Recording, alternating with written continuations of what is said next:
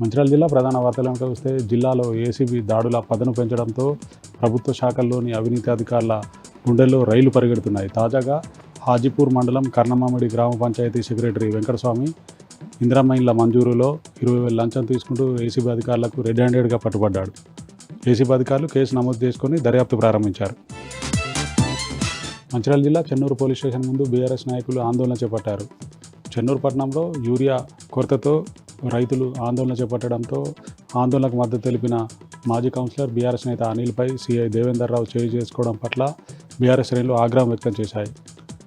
మాజీ కౌన్సిలర్ అనిల్కు బేషరతుగా సీఐ దేవేందర్ రావు క్షమాపణ చెప్పాలంటూ పోలీస్ స్టేషన్ ముందు పెద్ద ఎత్తున బీఆర్ఎస్ నాయకులు కార్యకర్తలు ఆందోళన చేపట్టారు.